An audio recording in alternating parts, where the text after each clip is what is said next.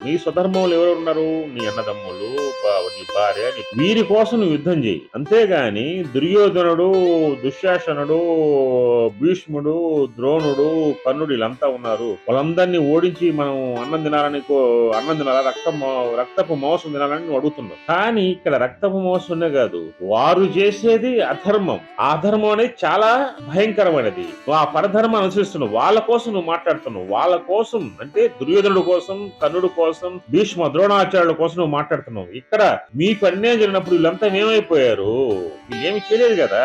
ఏమి చేయకనే కదా మీరు 12 సంవత్సరాలు అరణ్యవాసం, ఒక వాసం అజ్ఞాతవాసం చేసింది. ఇంకోటి ఆలోచించు దుర్యోధన. ఇక్కడ ఇంకొక ఇంపార్టెంట్ నీకు, ఇంకోటి ఆలోచించు అర్జున. ఇక్కడ ఇంపార్టెంట్ విషయం ఏంటంటే, నువ్వు ఎంతసేపుడికి నా బంధువులు, నా బంధువులు, నా బంధువులు, నీ బంధువులు ఎవరే కాదు, నీ భార్య, నీ బిడ్డలు మాత్రమే నీ బంధువులు.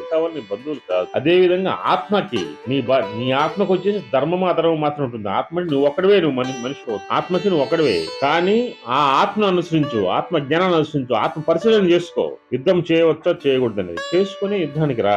అదే విధంగా నువ్వు పరధర్మం ఎక్కువ మాట్లాడుతున్నావు. పరధర్మం మాట్లాడకూడదు, వాళ్ళ గురించి మాట్లాడకూడదు. నీ రాజ్యం గురించి మాట్లాడు, నీ యొక్క విజయం గురించి మాట్లాడు. అంతేగాని నువ్వు వాళ్ళ గురించి మాట్లాడు చాలా పెద్ద తప్పు.